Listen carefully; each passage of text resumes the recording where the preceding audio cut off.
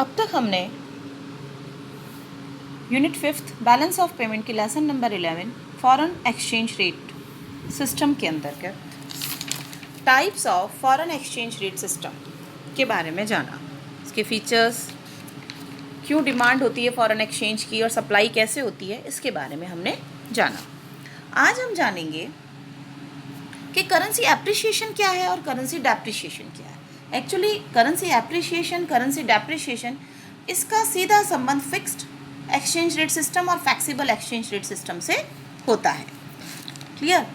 तो सबसे पहले हम देखेंगे कि करेंसी डेप्रिसिएशन क्या होता है। तो currency depreciation refers to decrease in the value of domestic currency in term of foreign currency. Clear? जब हमारी डोमेस्टिक करेंसी की वैल्यू किसी और कंट्री की करेंसी की वैल्यू से कम हो जाती है तो उसे हम क्या कहते हैं? Currency depreciation. जैसे कि पहले मैं $1 खरीदने के लिए 70 रुपीज़ पे कर रही थी। कितने रुपए? 70 रुपीज़ पे कर रही थी। अब उसी डॉलर को परचेज करने के लिए मैं 74 रुपीज़ का पेमेंट कर रही हूँ, तो मेरी करेंसी का वैल्यू क्या हो गया? डेप्रिशिएट हो गया, कम हो गया ना, उसका वैल्यू कम हो गया। तो इसे मैं क्या कहूँगी? Currency depreciation. अब वैसे ही करेंसी एप्रिशिएशन क्या होता है? Currency appreciation refers to increase in the value of domestic currency in term of foreign currency। जब हमारी डोमेस्टिक करेंसी का वैल्यू फॉरेन करेंसी की वैल्यू के मुकाबले में बढ़ जाता है तो उसे हम करेंसी एप्रिशिएशन कहते हैं। जैसे कि पहले $1 को खरीदने के लिए मैं 74 रुपीज़ पे कर रही थी, लेकिन अब उसी डॉलर को परचेज करने के लिए मैं 70 रुपीज़ पे कर रही हूँ। It means it is currency appreciation. Clear? अब करेंसी एप्रिशिएशन का इंपोर्ट और एक्सपोर्ट से क्या लेना देना है ना? करेंसी एप्रिशिएशन से इंपोर्ट और एक्सपोर्ट पर क्या इफेक्ट आता है और करेंसी डेप्रिशिएशन से क्या आता है। तो सबसे पहले हम बात करेंगे करेंसी डेप्रिशिएशन से हमारे इंपोर्ट और एक्सपोर्ट पर क्या इफेक्ट आएगा। तो effect on import and exports because of currency depreciation. तो इससे हमारे जो एक्सपोर्ट्स हैं वो बढ़ जाएंगे और इंपोर्ट्स हैं वो कम हो जाएंगे। ये क्यों होगा? जब लोगों को हमारे यहाँ की चीज़ें सस्ती लगने लगेगी। क्यों? कि पहले हम लोग 70 रुपये के बदले $1 ले रहे थे, अब हम 74 रुपीज़ के बदले क्या ले रहे हैं? $1 ले रहे हैं। तो ऑब्वियसली उनकी जो हमारे रेस्ट ऑफ द वर्ल्ड है उनकी करेंसी का वैल्यू हमसे ज़्यादा है। हमारा तो मुद्रा सस्ता हो गया, हमारी करेंसी सस्ती हो गई, तो उन लोगों को हमारे यहाँ क्या चीज़ें सस्ती लगने लगेगी, चीप लगने लगेगी, तो वो लोग हम लोगों से ख़रीदना ज़्यादा पसंद करेंगे और हम लोगों से ज़्यादा ख़रीदना पसंद करेंगे तो हमारे एक्सपोर्ट्स बढ़ेंगे। क्लियर? और इंपोर्ट्स क्यों घटेंगे? क्योंकि हम लोगों के लिए जो दूसरे रेस्ट ऑफ द वर्ल्ड से उनकी जो चीज़ें हैं वो हमको महंगी लगने लगेगी और कोई भी कंज्यूमर महंगी चीज़ को ख़रीदना पसंद नहीं करता, तो वो उसे नहीं खरीदेगा, है ना? तो इससे इंपोर्ट्स घटेंगे और एक्सपोर्ट्स बढ़ेंगे। यहाँ तक क्लियर हुआ? उसके बाद हम बात करते हैं करेंसी एप्रिशिएशन की।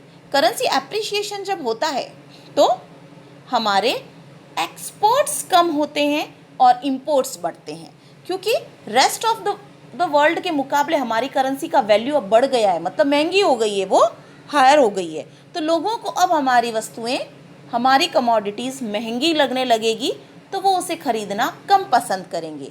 तो जब कम खरीदेंगे तो हमारे एक्सपोर्ट्स कम हो जाएंगे और हम लोगों को रेस्ट ऑफ द वर्ल्ड की कमोडिटीज़ सस्ती लगने लगेगी तो हम ज़्यादा उसको परचेज़ करेंगे तो हमारे इंपोर्ट्स बढ़ जाएंगे। तो इस तरह से करेंसी एप्रिशिएशन और करेंसी डेप्रिशिएशन हमारे इंपोर्ट और एक्सपोर्ट को इफ़ेक्ट करते हैं।